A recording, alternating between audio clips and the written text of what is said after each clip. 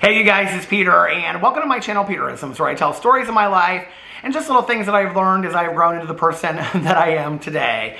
And I have my Monday night ladies literature group they are so kind to allow me to be part of in 20 minutes. So I'm going to try to quickly film a meditation video to try to just get me all calm and peaceful and ready for my literature group tonight, which is just such a great way for me to start the week. So anyway, let's get into this. Today, I brought all three books with me today, but I'm gonna read from the Melody Beatty books. I may only read one, we'll just have to see. So anyway, let's get right into this. Today is July 12th.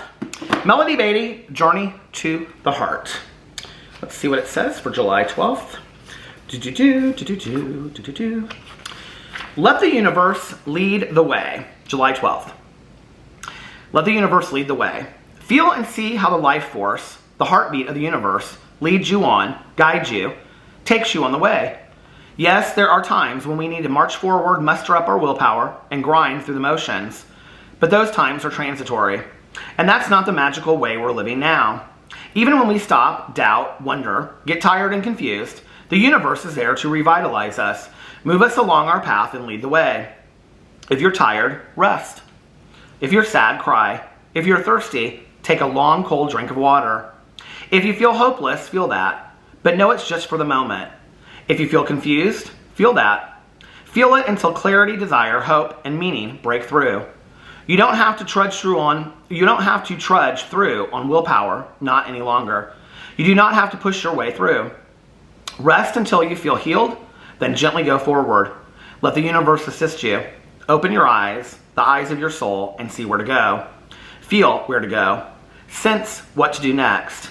See how the magical power of the universe carries you along, even when you get tired, even when you get confused. You are connected to yourself, to the universal life force, to God.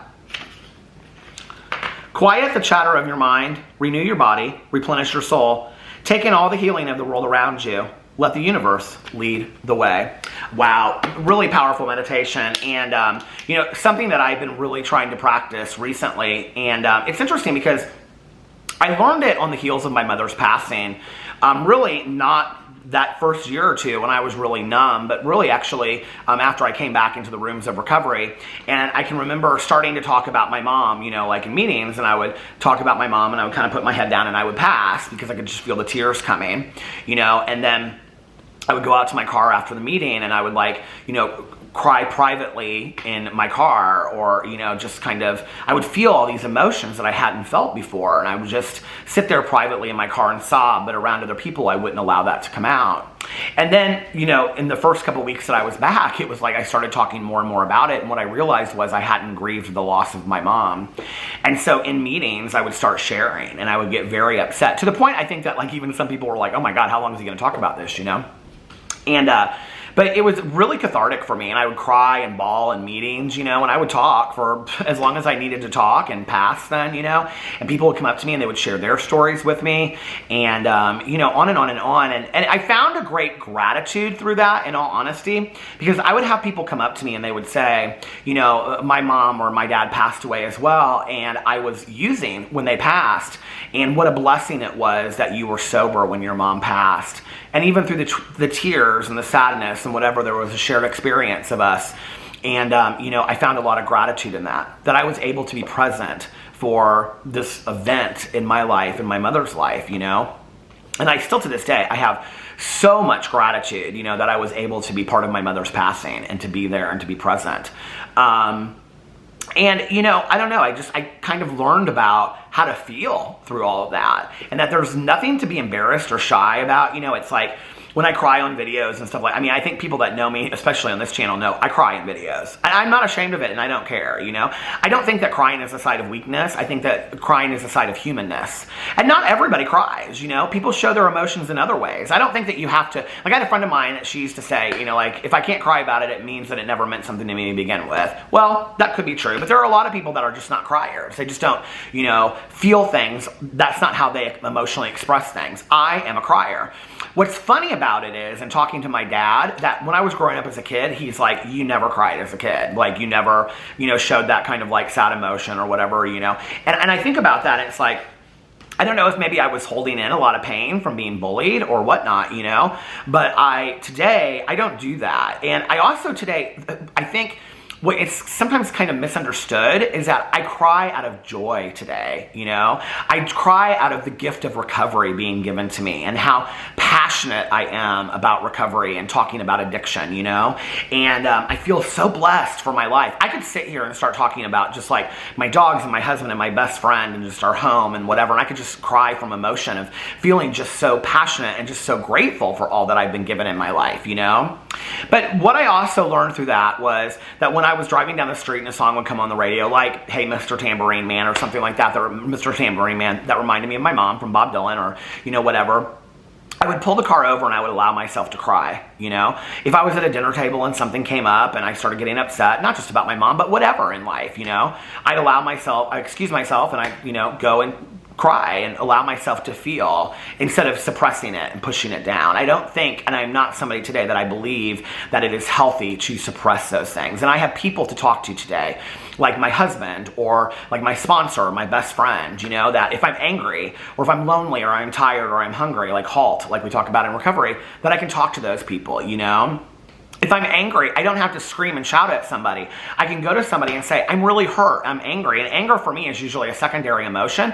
When I'm angry at a situation or I'm angry at something or somebody, it's typically because I have a resentment, because a resentment is an unfulfilled expectation, which means that they didn't act or a situation didn't turn out the way that I thought it would, you know, and I'm hurt by that or I'm angry. But usually anger is because I'm hurt. It's not because of me. I mean, like, anger is covering something else typically. If you're really angry about a situation, ask yourself, what am I really feeling about this? Am I really hurt? Am I really resentful because of how it turned out or what happened? Or am I really angry at my core? I don't know that I have true anger in me in a lot of things. Typically, when I break things down and I, you know, unpack them and I do inventory on them, what I realize at the end of the day is I'm really hurt, you know, like my feelings are hurt.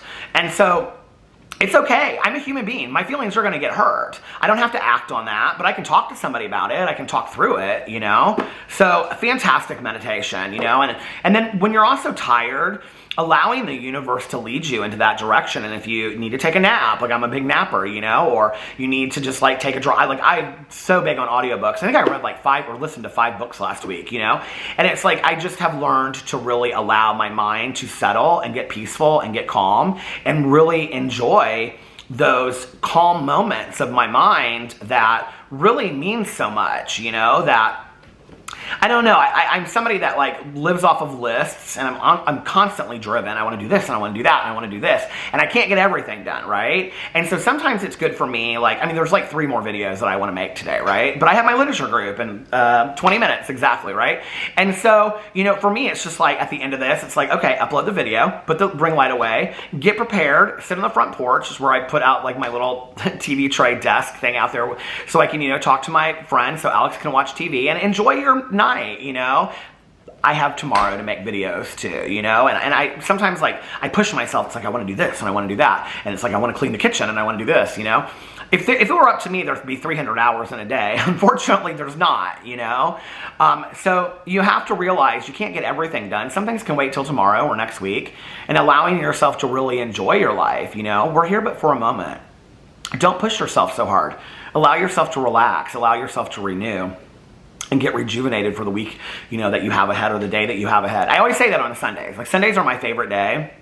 And I think partly because it reminds me of being a kid and going to church with my mom and then having like lunch and then dinner later, and you know, we will get donuts on the way home. And it was just a day to like read the cartoons in the newspaper, read a book, watch a movie together, do a little bit of homework if I had some, you know, or whatever. But it was really just a day to get prepared for the week ahead, you know, and that was what Sundays always were to us when I was growing up. And I still love Sundays to that day, or to this day. You know, my husband and I go to brunch, and then, you know, we come home and I might listen to an audiobook or make a few videos, and he takes a nap, and, you know, we'll watch something together in the evening. And it's a calm day, you know, and I love Sundays because of that, because I love days for rejuvenating. And, you know, it doesn't have to be a Sunday. You can take a Wednesday, or you can say 2 hours to myself tonight, or when the kids are in bed, I'm going to take an hour and I'm just going to read a book or needlepoint or, you know, crochet or take a bath or whatever, you know. So anyway, I think that is such a beautiful meditation. Anyway, let me know what you think in the comment section below. I hope that you guys are having, stumbling over my words.